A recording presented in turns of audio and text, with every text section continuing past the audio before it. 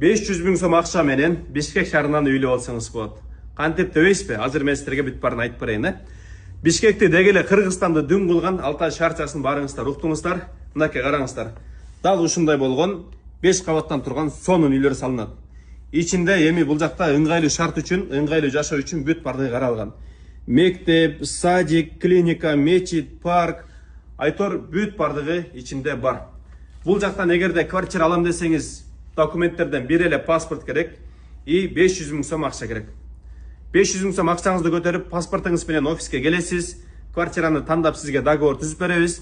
Бир комнаталуу квартира алсаңыз айына 40 000 сом тегерегинде акча төлөйсүз.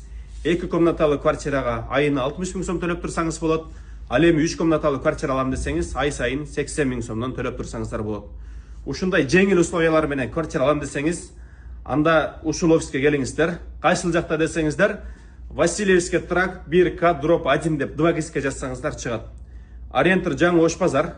Шаардан аэропортту көздөй баратканда эле жолдун боюнда салынып атат жаңы Ош базар. Ошол жерде эле Код курулуш компаниясы сатуу бөлүмү деп жазылып турат. Ошол офиске келиңиздер. Ыңгайлуу шарттар менен ушул офистен гана квартираларды алсаңыздар болот. Төмөндөгү номерге жазыңыздар, биз кызматтабыз.